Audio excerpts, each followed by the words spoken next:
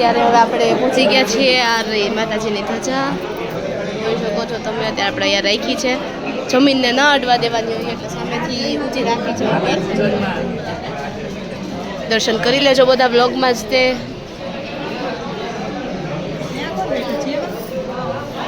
સમીરભાઈ હશે અહીંયા જો અત્યારે સંઘવાળા બધા જમે છે.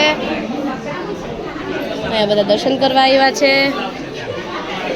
હમણાં તમને પછી આગળ બધું દેખાડું. મેનુ પણ હમણાં દેખાડી દઉં, ભૂલી ગઈ હતી હમણાં લેતા વિડીયો. હમણાં મેનુ પણ દેખાડી દઉં. આને જો અમારા વિડીયોમાં આવું તું આવી ગયો હો ને. હાલો પાડ દો.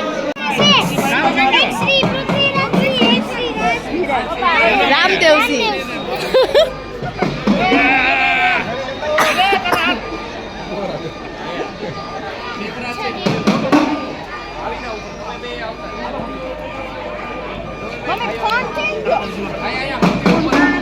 तो अभी ये इतनी अच्छी सेवा करने के लिए पापा और बापूजी दोनों को प्राइज मिल रहा है, देख सकते हैं आप लोग.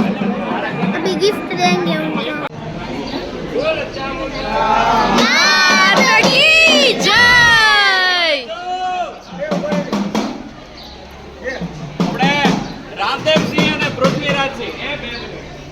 રામદેવસિંહ અને પૃથ્વીરાજસિંહ હર વર્ષે આ જલસો કરાવે છે. લગભગ 700 થી વધારે માણસોની રસોઈ હોય છે અને એ ભાવથી ખવડાવે છે. એટલે આ ઇમારત તો બધાએ જોઈ, પણ મેં કીધું આપણે પાયા જોઈએ. એટલે કે નાના નાના ટેકા, ઓલા કૃષ્ણ કેમ ગોવર્ધન ઉપાડે લાકડીઓના ટેકા મૂક્યા હતા, તો મેં કીધું આપણે એવાય માણસોને બિરદાવવા જોઈએ કે જે તમારી હારે સહકારમાં હોય. તો સિદ્ધરાજસિંહ ને મયુરસિંહ એ ટીમમાંથી એક એટલે હજી આવતા વર્ષે એની પછીના વર્ષે એવી ટીમનો વારો ધીરે ધીરે લેશું કે આ લોકોની પણ એટલી મહેનત છે કે જેથી કરીને આવા કાર્યો સફળ થાય છે. તો આપણે આ બધાની માટે એક જોરદાર તાળી.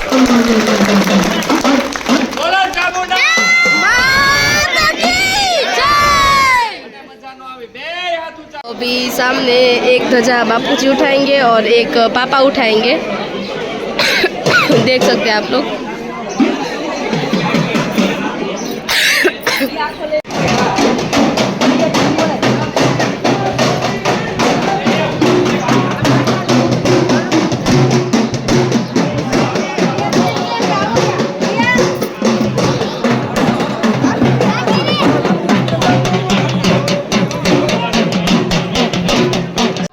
આજે આટલું તો આપણે કોઈ માન સન્માનના ભૂખ્યા નથી, પણ આપણને અંદરથી થાય કે આવી સેવા કરતા હોય જે ઘરના પુરુષો, એની સ્ત્રીઓ કેવી હોવી જોઈએ. તો એ સ્ત્રીઓનું ઉદાહરણ આ બે દેવીઓ આપણી સામે છે. એનું આપણે સન્માન સંઘવતી કરીએ છીએ અને મેં ગાય અને ગાય માતાનું વાછડું એને ભેટમાં આપ્યા છીએ. બોલો ચામુંડા માતા કી જય. ભાઈડોન કોઈ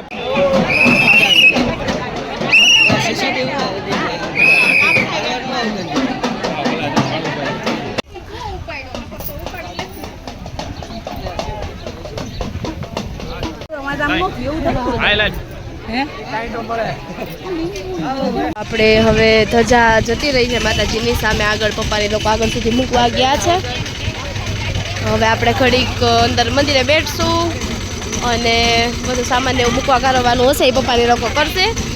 પછી ઘરે નિરાતે આપણે જશું, પછી તમને હું આગળ દેખાડું.